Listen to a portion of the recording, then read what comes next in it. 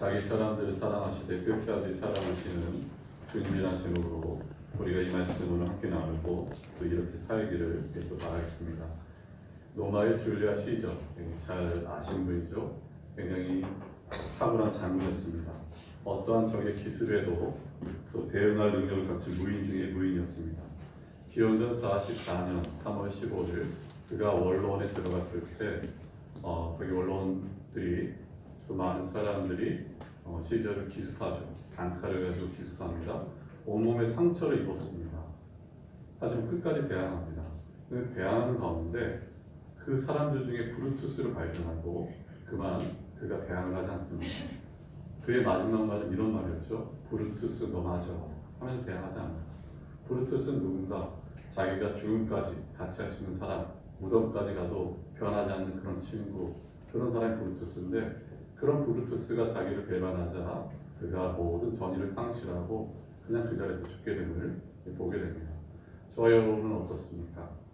우리가 끝까지 나를 사랑하시는 사람이 있으십니까? 내가 명예를 잃어도, 돈을 잃어도, 또 권력을 잃어도, 또 나의 모든 것이 잃어도 나를 끝까지 사랑해 주시는 사람 있는가? 그런 사람이 있다면 참 행복한 사람입니다. 하지만 성경은 이렇게 말합니다. 시편 146편 3절은 다음같이 말합니다. 귀인들을 의지하지 말며 힘이 없는 인생도 의지하지 말지니 이렇게 하였어요. 한마디로 성경은 사람을 의지하지 말라, 인생 의지하지 말라 이렇게 말합니다. 우리가 누구를 의지해야 되는가? 오직 하나님만을 의지해야 됨을 보게 됩니다. 찬송가 310장 하나님의 은혜로 이 내용을 작사 작곡하신 분이 이렇게 말합니다. 하나님의 은혜로 이 쓸데없는 자를 왜 구속해 주는지 나는 알 수 없습니다. 그는 알코올 중독자였습니다. 그리고 왼팔에 장애를 가진 그런 자였습니다. 그런 나를 왜 구속해 주는지 그 은혜가 얼마나 큰지를 말하고 있는 것이죠. 끝에는 또 이렇게 찬송하고 있지 않습니까? 그가 말하면서 내가 믿고 의지하면 내 모든 형편 잘하는 주님 늘 돌봐주실 것을 나는 확실히 아네. 분명한 사실 하나는 이것입니다. 세상이 변하고 사람은 변할지라도 내가 길 내가 다 알지 못할지라도 내 주님은 나를 확실히 보호하실 줄을 나는 압니다. 이것을 말하고 있습니다. 이 세상에서 끝까지 변함없으신 분은 누구신가? 저와 여러분을 죽기까지 사랑하신 예수님밖에 없으십니다. 오늘 그 예수님께서 오늘 이 13장을 통해서 다음 같은 행동을 하십니다.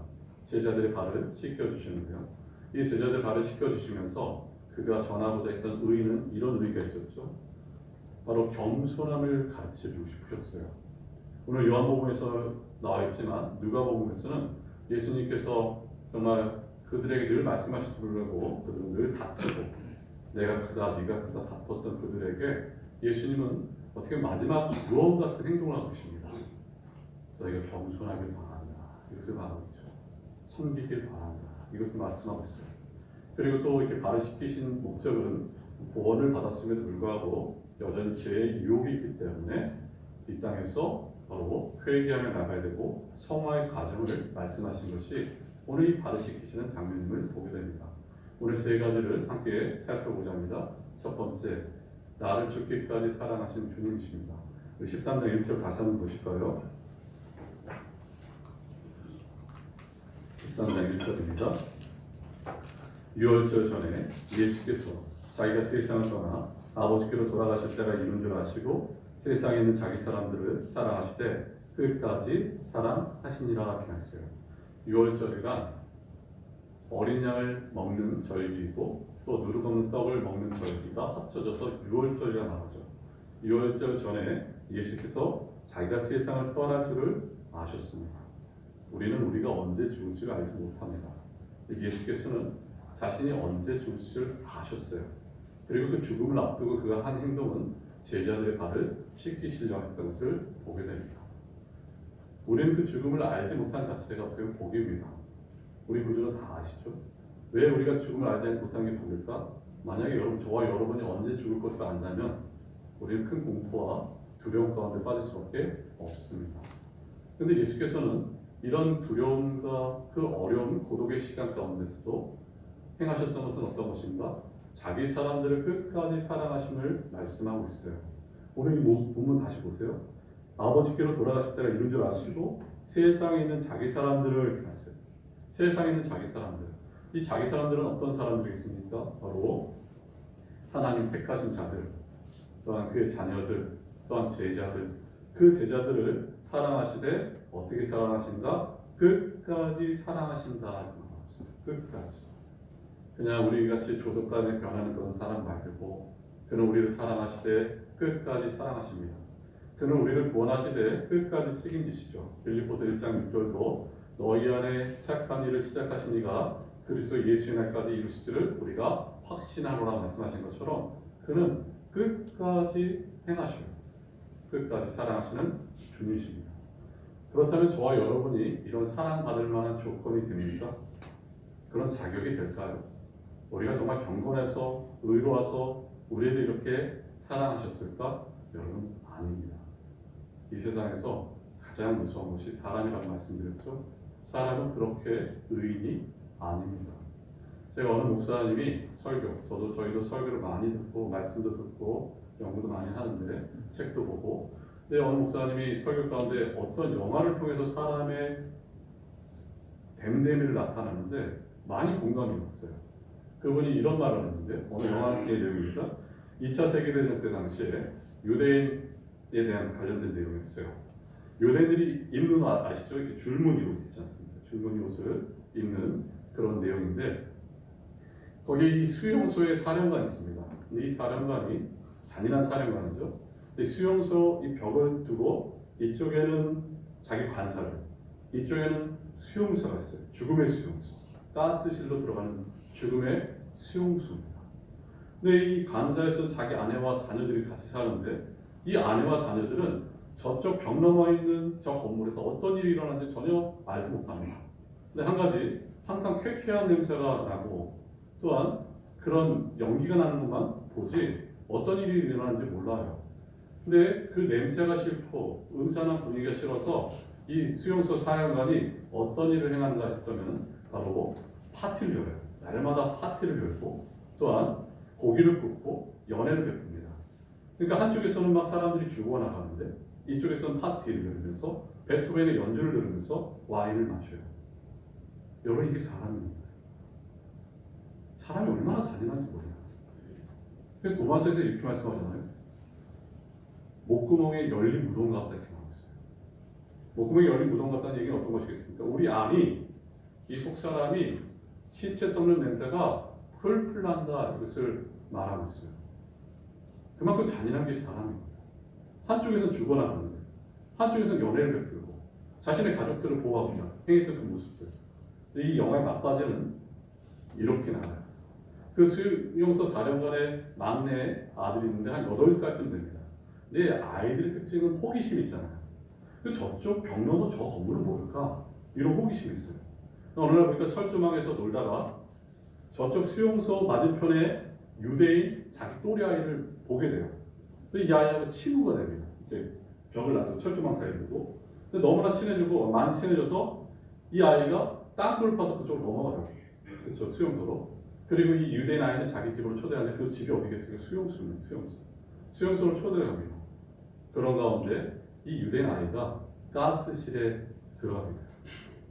이 수용소 사령관 아들도 그게 뭔지 모르고 같이 따라가더라고요. 같이 죽어버려요. 이 사령관이 느낌이 좋지 않아요. 직관합니다. 이 아이가 어디 갔을까? 수용소를 돌아다니면서 미친 사람처럼, 정말 정신없는 사람처럼 아이 이름 불러요. 아이는 죽었죠. 여러분, 이게 사람입니다. 끝까지 자기가 무슨 행동을 하는지를 알지 못한 게 사람이에요. 자기가 무엇을 하는지도 알지 못한 게 사람입니다. 한쪽에서는 자기가 사인해서 수많은 사람들이 죽어나가는데 그 생명의 소중함을 느끼지 못하고 자기 아들이 죽자 울부짖는 것이 바로 이 사람의 잔인함을 보게 됩니다. 그래서 로마서는 우리가 어떤 상태인지를 정확하게 드러나고 있어요. 로마서 5장 6절, 8절, 10절은 다 같이 말하는데요. 로마서 5장 6절입니다. 우리가 아직 연약할 때에 기약대로 그리스도께서 경건하지 않은 자를 위하여 죽으셨다 이렇게 하고 있어요. 8절은 다 같이 말하죠. 우리가 아직 죄인이었을 때 그리스도께서 우리를 위하여 죽으심으로 하나님께서 우리에 대한 자기의 사랑을 확증하셨느니라 말합니다. 5장 10절을 말씀합니다. 곧 우리가 원수 되었을 때 그의 아들의 죽으심으로 말미암아 하나님과 화목하게 되었은즉 말씀하고 있어요. 이 로마서 5장 6절에서 8절, 10절은 인간의 세 가지 상태를 말하고 있습니다. 우리가 아직 연약할 때, 이 연약할 때 하는 얘기는 우리가 아직 모를 때 하나님께서 우리를 사랑하셨다 말씀하고 있어요. 우리가 하나님을 택한 것이 아니라 하나님이 우리를 택하셨고, 우리가 하나님을 사랑한 것이 아니라 먼저 하나님이 우리를 사랑하셨음을 말씀하고 있는 것이죠. 더 나아가서 우리가 죄인 되었을 때 하나님 우리를 사랑하셨다는 것이죠. 우리는 착각하면 안 됩니다. 내가 저 사람보다 의로워서 나를 택하셨다? 절대 착각하시면 안 됩니다. 의인은 없나니 하나도 없다 말씀하고 있고, 이사야서는 우리의 의인은 더러운 옷과 같다 이렇게 말하고 있어요. 근데 우리를 사랑하시는데 언제 사랑하셨다고요? 우리가 죄인 되었을 때 우리를 사랑하셨다고 말하고 있어요. 그리고 10절은 다 같이 말합니다. 우리를 사랑하셨는데 우리가 원수 되었을 때 그분의 말씀을 가담하고 그분의 말씀을 대적하고 배신하고 대적했던 그런 원수 되었을 때 누구를 사랑하셨는가? 저와 여러분을 사랑하셨습니다. 이게 바로 하나님의 사랑. 그분의 생각과 우리 생각은 너무 다르죠. 그분의 길과 우리의 길은 너무나 다릅니다. 그분이 이렇게 우리를 사랑하셨어요. 연약하고 죄인되고 원수된 나를 사랑하셨는데 어디까지 사랑하셨는가?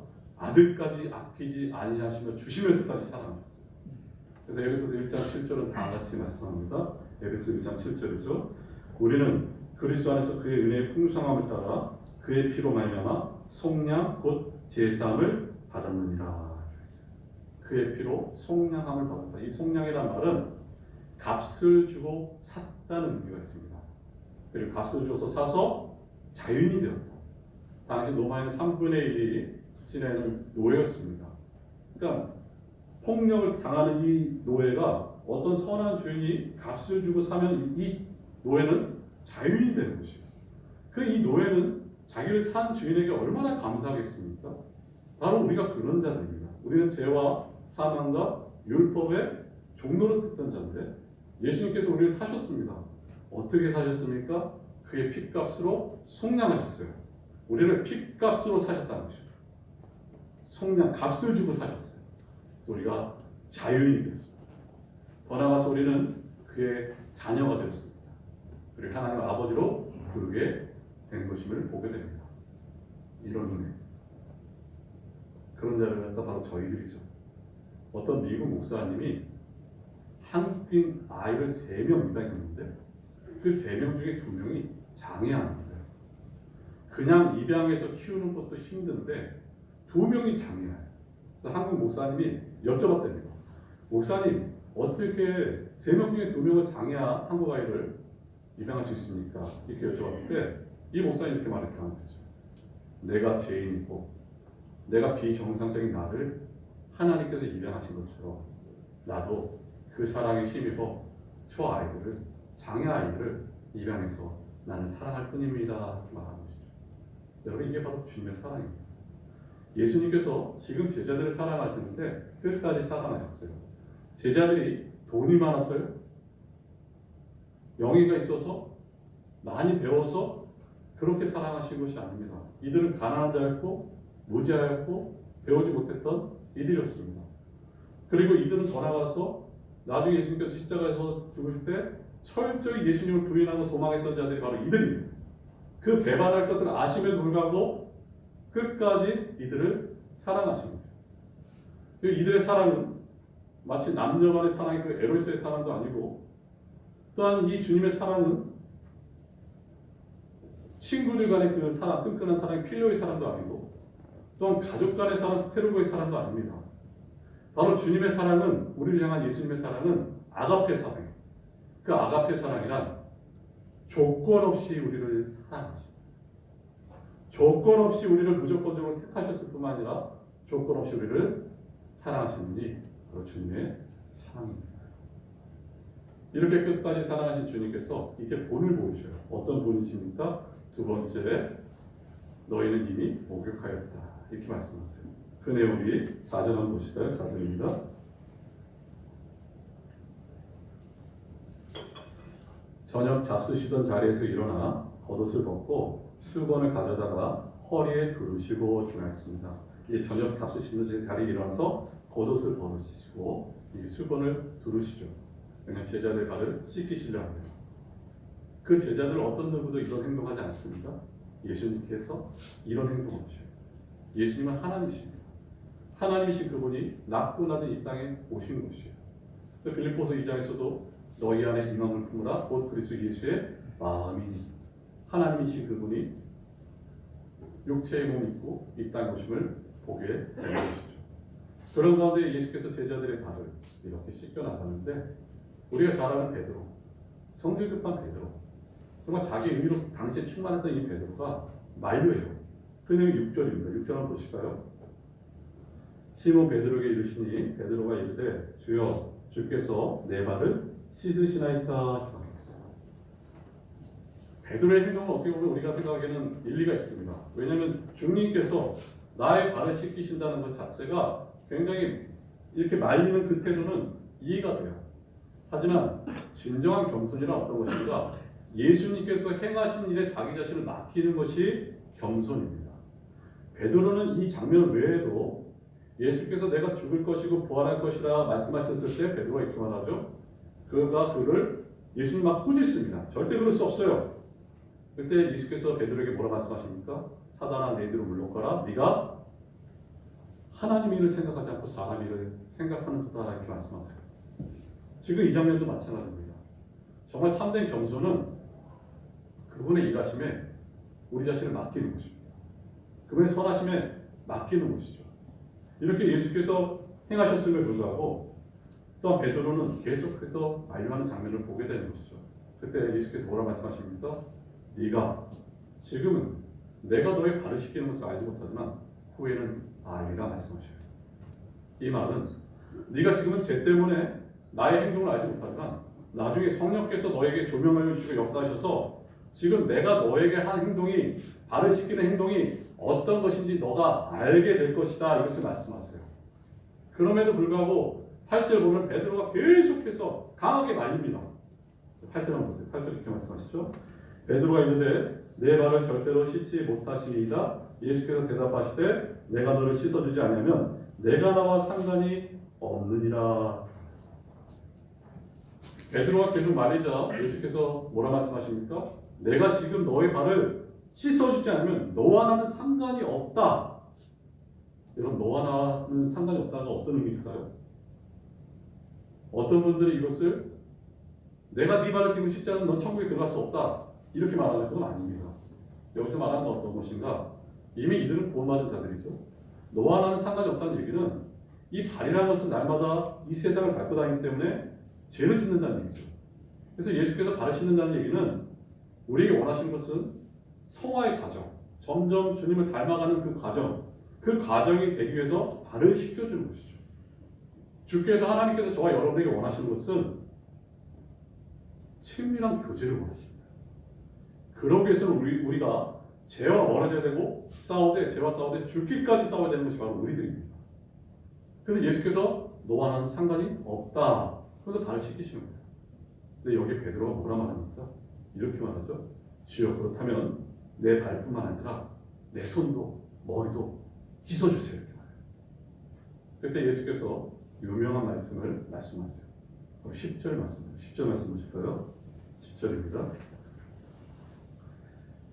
예수께서 이르시되 이미 목욕한 자는 발밖에 씻을 필요가 없느니라.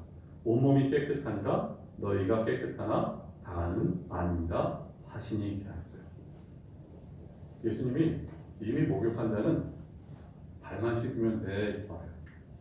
목욕함과 발 씻는 것을 이렇게 비교하시고 차이를 두심을 보게 됩니다. 이 목욕이라는 의미는 단 한 번 한다는 의미입니다.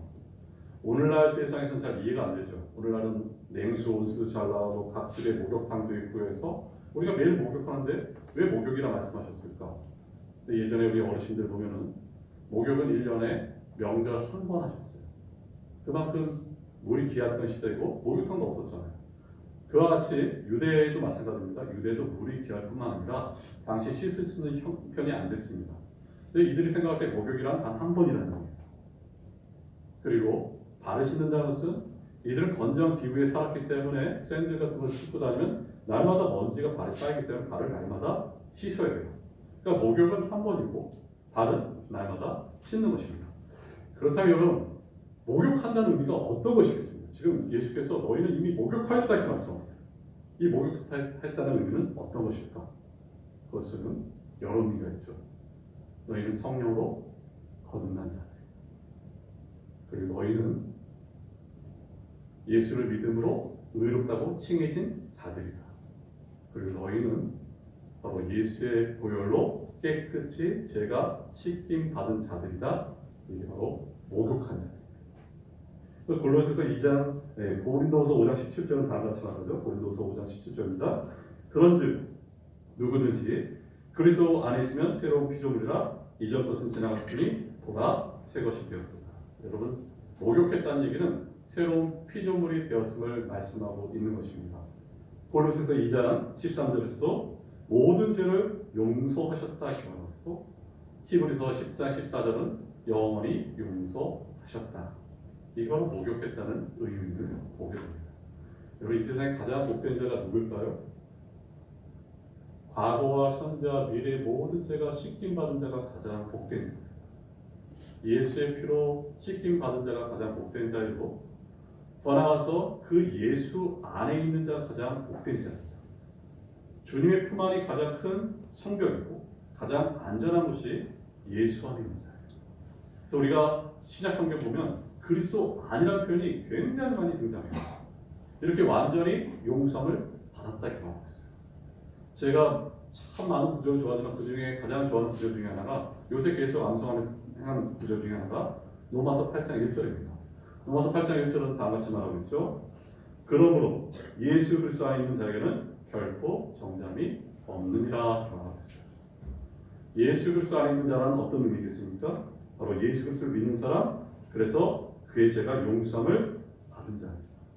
결코 정잠이 없다. 그냥 정잠이 아니라 결코 정잠이 없다. 이 말을 다른 의미로 말하면 결코 그리스도의 사랑에서 끊을 수 없는 자들이 바로 너희들이다. 이것을 말합니다. 우리가 예수님을 믿기 전에 우리는 아담의 후손들입니다. 아담 안에 있었던 자들, 아담이 죄를 질 때 함께 졌던 자들이 바로 우리입니다. 정죄 가운데 있었던 자들이 바로 저와 여러분이에요. 그런 우리가 예수 안에 있다는 얘기는 예수님의 모든 것이 내 것이 되었어요. 예수님의 거룩하심이, 예수님의 의로우심이, 예수님의 구속하심이 다 내 것이 됨을 보게 됩니다. 예수께서 십자가에 죽으실 때 내 옛사람이 함께 죽었고, 예수께서 부활하실 때 나도 살아났고, 또한 예수께서 승천하셨을 때 내가 하나님 보좌 앞에 안침받은 자들이 바로 저와 여러분입니다. 우리는 그리스도 안에 있는 자예요. 여러분, 이것을 잘 해석하셔야 돼요. 우리 신앙이 왜 흔들리냐면요, 내가 예수님을 잘 믿을 때는 그리스도 안에 있는 것 같아요. 제가 청년 때 경험했거든요. 그리스도 안에 있는 것 같아요. 근데 내가 예수님을 잘못 믿으면은 그리스도 밖으로 나가는 것 같아요. 그리고 회개하면 다시 그리스도 안으로 들어오는 것 같아요.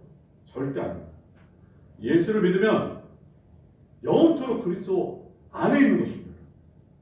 내가 잘못하고 죄로 넘어질지라도 구원은 실패되지 않고 그리스도 안에서 결코 정잠이 없게 하신 것이 하나님의 사랑입니다. 오늘날 주님을 믿지만 우리 많은 믿음의 신앙의 선배들도 경험했던 내용들은 끊임없이 정죄감에 시달립니다. 죄책감에 시달려요. 이 사단 마귀는 우리를 하나님의 구원에서 실패케 하지 못합니다.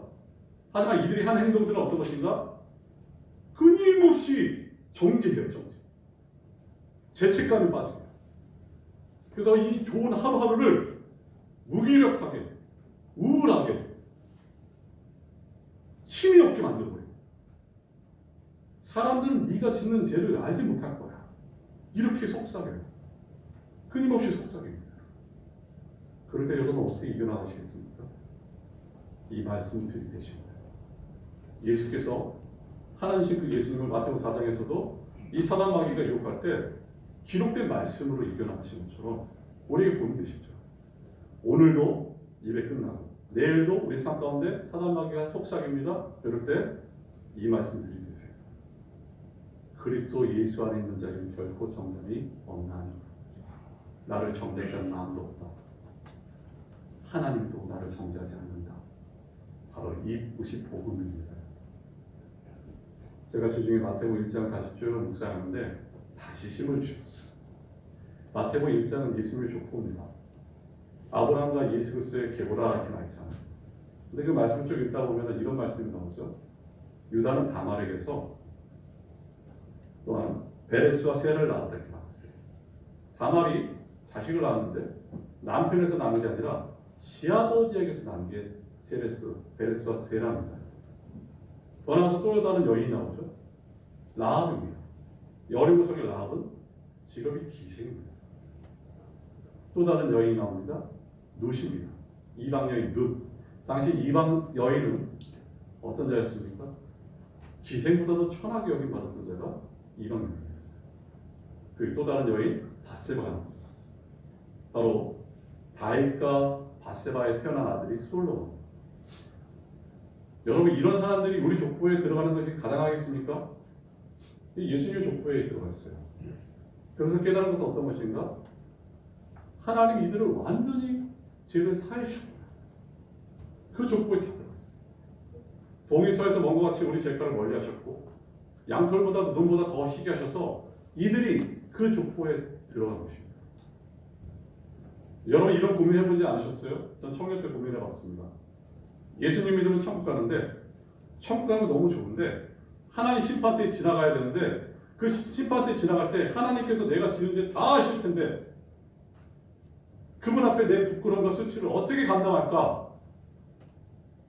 나도 우리도 기억력이 있어서 그 죄를 기억하는데 하나님께서 그 기억을 다 하시지 않을까? 여기에 답이 있습니다. 어떤 답이요? 하나님 그 아들 예수 그리스도의 피값으로 사신 자의 모든 죄를 기억치도 않으십니다.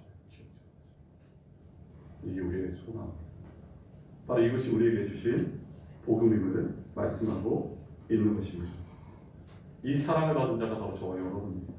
그럼 발을 씻는다는 의미는 어떤 것이겠습니까?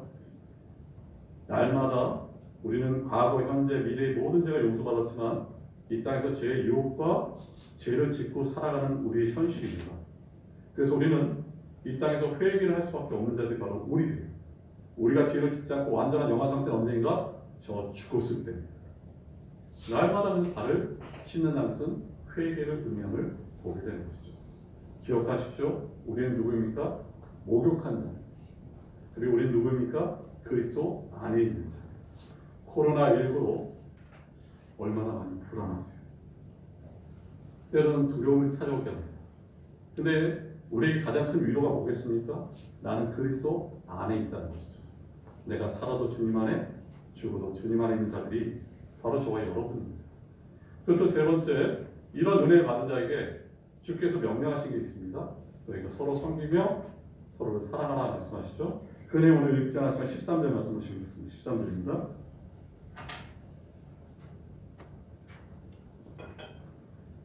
너희가 나를 선생이라 또는 주라 하니 너희 말이 옳도다. 내가 그러하다 이렇게 했어요. 너희가 나를 선생이라 주라 하는 말이 옳다. 이 선생과 주라는 이 단어 앞에 정관사가 붙어 있어요. 지난번에 살펴본 것처럼 그 부활, 그 생명이라 말씀하신 것처럼 나는 그 선생이고 나는 그 주인이다. 지금 이 말씀을 하고 있어요. 나는 그 주다. 하늘 아래서 수많은 선생이 있지만 나는 오직 그 선생이고 하늘 아래서 수많은 주가 있지만 나는 오직 그 주인이고 그 주님이다. 이것을 말하고 있어요. 너희가 이것을 아느냐? 그들은 알고 있어요. 여러분 우리도 하늘 안에서 오직 예수님만이 우리의 선생이시고 그 주님이심을 믿는 것이죠. 근데 우리의 선생님이시고 우리의 주님 되신 그 예수님께서 어떻게 하셨습니까? 친히 발을 씻기셨어요. 낮아지셔서 발을 씻기셨어요. 겸손하게 행하셨습니다. 그런 것처럼 우리에게 원하시는 것은 너희가 서로 섬기며 겸손하게 행하기를 원하심을 알 수 있는 것입니다. 물은 높은 곳에서 낮은 곳으로 흐릅니다. 낮은 곳은 비어있는 곳이죠. 그리고 그곳에 물이 함유가 돼서 호수가 되고 바다가 됩니다. 마찬가지로 물이 이처럼 낮은 데만 찾아서 흘러가듯이 영원한 생명, 영원한 사랑의 결정체인 진리 또한 낮고 비어있는 곳으로 흘러 고입니다. 그래서 진리를 추구하는 사람에게 요구되는 제1의 덕목은 겸손입니다. 겸손이란 낮은 것, 비어있는 것을 의미하며 그 겸손한 마음속에만 진리가 담길 수 있어요. 그래서 이사야서 29장 29절은 다음과 같이 말합니다. 겸손한 자가 여호와로 인하여 기쁨이 더한다. 여러분, 겸손한 자가 이 마음 가운데 하나님께서 주신 기쁨과 평강이 더한다, 이것을 말하고 있습니다. 하나님이 가장 사랑하는 자는 어떤 자겠습니까? 겸손한 자예요. 낮아진 자, 섬기는 자. 이렇게 살라고 지금 주께서 말씀하고 있는 것이죠. 바로 겸손이라는 것을 놓치지 말아야 됩니다. 그리고 가장 큰 겸손은 그 주님의 명령에 순종하는 것이 가장 큰 겸손입니다. 그것도 15절 한번 보실까요? 15절 이렇게 나있죠. 내가 너에게 행한 것 같이 너희도 행하게 하여 본을 보여놓으라, 이렇게 하셨어요. 예수님께서 발을 씻기시고 다시 옷깃을 여미시고 격식과 예의를 다 갖추시고 다음같이 말씀하시죠.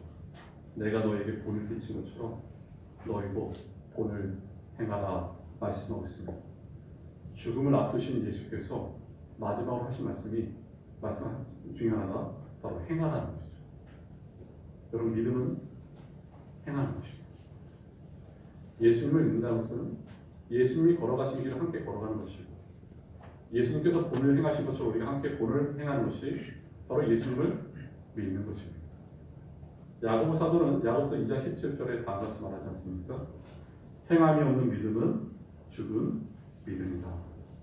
예수께서 우리에게 본을 보이셨습니다. 우리가 그 본을 따라가야 됩니다. 예수님께서 이런 본을 보이셨는데 그 본을 무시한다면, 행하지 않는다면 우리는 예수님을 무시하는 것입니다. 본을 보이셔야 돼요. 그 본대로 행하셔야 됩니다. 그러면서 예수께서 17절에는 이렇게 말씀하고 있습니다. 17절입니다. 너희가 이것을 알고 행하면 복이 있으리라.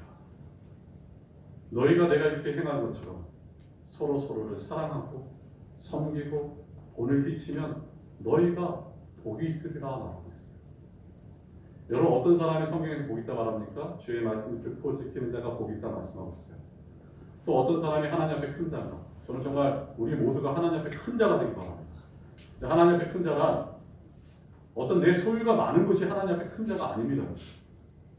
사람에게 칭찬받고 인정을 받는 건 좋죠. 하지만 그것이 하나님 앞에 큰 자가 아닙니다. 하나님 앞에 큰 자란 오늘 이 말씀처럼 예수님께서 행하셨던 그 본대로 살아가는 자가 하나님 앞에 큰 자예요. 겸손하게 행하고 하나님을 섬기며 이웃을 섬기는 자가 하나님 앞에 큰 자입니다. 하나님을 사랑하고 이웃을 사랑하는 자가 하나님 앞에 큰 자예요. 우리 주님께서 우리에게 기도를 가르쳐 주셨는데 그 기도가 얼마나 놀라운 기도입니까? 나라가 임하옵시며 하나님 나라가 임하기를 바란다. 너희가 하나님 나라를 누리길 바란다. 우리는 그런 자예요. 정말 천지만물을 만드신 그 하나님 우리 아버지신데 너희가 그 하나님 나라를 누리길 바란다는 것이죠. 근데 그 하나님 나라는 어떤 것이겠습니까? 하나님 통치하시고 다스리시고 하나님 뜻이 펼쳐지는 것이 하나님 나라예요. 내 안에 하나님 나라가 임하면 내 욕심과 내 계획과 내 생각을 다 내려놓고 하나님 뜻으로 충만한 것이 내 안에 하나님 나라가 임한 것입니다. 바로 그 하나님 나라가 임하는 것이죠. 그래서 이 하나님 나라에 대해서 이사야서 11장 6절은 기가 막히게 시적으로 표현하고 있어요. 그때 이리가 어린 양과 함께 살며 표범이 어린 염소와 함께 누우며 이렇게 나왔어요. 이 말씀 여러 가지 의미가 있겠지만 강한 자는 약한 자를 먹게 되어 있습니다. 약육강생이죠. 하지만 이 말씀은 강한 자가 약한 자를 섬기게 되는 것이 하나님 나라다. 우리 구주께서 우리에게 말씀하신 것은 너희에게 하나님 나라를 누리길 바라신다 이렇게 말하고 있습니다. 오늘 저와 여러분의 모습을 한번 보십시오. 지금 나에게 하나님 나라가 임했습니까? 우리 교회에, 한국교회에 하나님 나라가 임했습니까?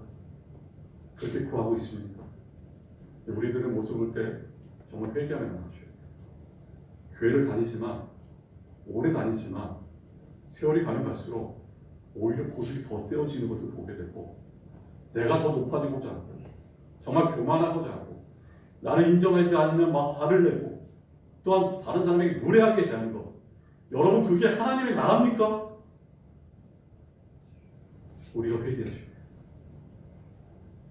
나에게 하나님 나라가 임하게 하시고 우리 가정에 하나님 나라가 임하게 하시고 이 나라와 한국교회 하나님 나라가 임하셔서 정말 겸손하고 낮아지고 섬기고 주님께서 죽기까지 사랑하신 그 사랑의 본을 끼치는 것이 바로 우리들이에요.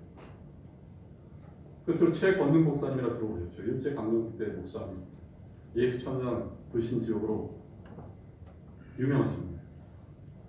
예수천당 불신지옥, 수많은 사람들이 전도가 되었고 또 하나님께서 그를 통해서 많은 교회를 이렇게 세우셨습니다. 일제 강점기 때 여러분 신앙생활 한다는 것은 녹록치 않았습니다. 그 최권능 목사님이 이제 일본 순사들에 끌려가서 치료를 당하는데 그냥 치료가 아니죠. 매를 맞고 고문을 당합니다. 근데 이 일본 순사가 형사가 때릴 때마다 그 입에서 나온 말은 예수천당, 예수천당. 또 때리면 또 예수천당. 그래서 일본 형사가 물어봅니다. 왜 내가 때릴 때마다 너는 예수천당이라고 말하냐? 최권능 목사님이 이렇게 말합니다. 내 안에 예수님으로 가득 찼기 때문에 나는 예수를 말할 수밖에 없다. 저는 이 부분을 소원하기를 바랍니다. 저와 여러분 안에 예수님으로 가득하게 바랍니다. 우리 교회 안에 예수님으로 가득합니다.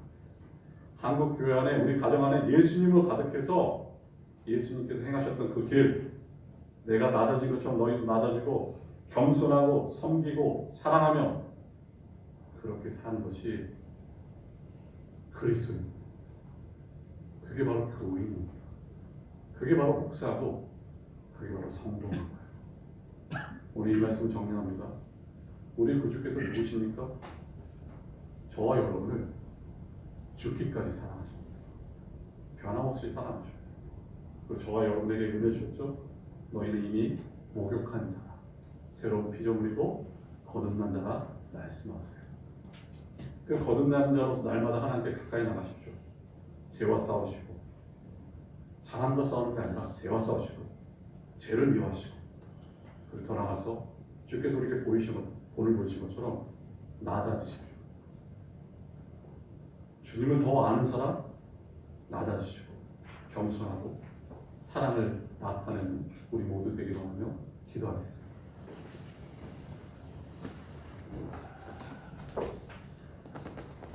우리 함께 기도합니다. 세상은 변하고 사람은 변할지라도 우리 주님 변하지 않고 끝까지 우리를 사랑하시는 감사합니다. 우리는 목욕한 자입니다. 새로운 피조물이고 거듭난 자 하나님 감사합니다. 그러나 주님, 우리가 하나님 정말 주님의 본을 따라가지 못하고 주님은 낮아지고 겸손하시고 섬기셨는데 우리는 자꾸 높아지려 하고 사람의 칭찬에 인정에 목마르고 교만하고 노래하고 그런 나의 모습을 보게 됩니다. 주님 진짜 회개합니다. 날마다 회개하게 하시고 이제 주님의 본을 따라가는 그런 목회자, 그런 성도가 되길 원합니다. 오직 하나님 나라가 우리를 통해서 펼쳐지길 원합니다. 하나님 나라가 펼쳐지는 그곳에 사랑과 겸손과 섬김이 있습니다. 주여 그런 교회, 그런 우리 자신 되길 원합니다. 우리 시간에 말씀 생각하며 기도합니다. 기도하겠습니다. 아버지 하나님 감사합니다. 감사합니다. 하나님 감사합니다. 우리를 죽기까지 사랑하시고 지금은 하나님 끝까지 우리를 사랑하시고 말씀하시고 변함없는 사랑을 하는 것을 소원드립니다. 하나님 기도합니다. 너희는 이미 목욕하였다. 너희는 새로운 피조물이다. 너희는 그 보혈로 씻김받은 자들이다. 이 은혜를 받은 자들이 바로 저희이다.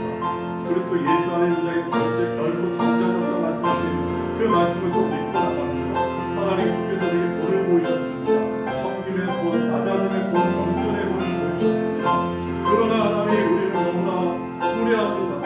우리는 하나님 너무나 말씀과 멀어졌습니다. 하나님 내가 교만합니다. 내가 높아지고자 합니다. 내가 무례합니다. 하나님 내가 하나님의 성숙함을 나타냅니다. 하나님 겸손치 못했던 행동을 다 회개하며 나갑니다. 날마다 나를 저 목숨케 하는 그런 종이 되길 원합니다. 날마다 나를 낮아지게 만들기 원합니다. 하나님 세상의 소리에 사람의 소리에 사나의 소리에 귀를 기울인 종이 아니라 우리가 아니라 하나님의 소리에 하나님의 음성에 귀를 기울이기 원합니다. 내가 너를 사랑한다. 내가 너를 끝까지 사랑하고 내가 너를 정죄하지 않는다. 어떤 누구도 너를 정죄할 수 없어. 너는 내 것이라 말씀하시고 하나님 앞에 날마다 감사의 나라 드리고 되겠소. 그 본을 따라 겸손하고 섬기며 낮아지고 또 낮아지고 또 낮아지는 그런 우리 삶이 되는 겁니다. 주님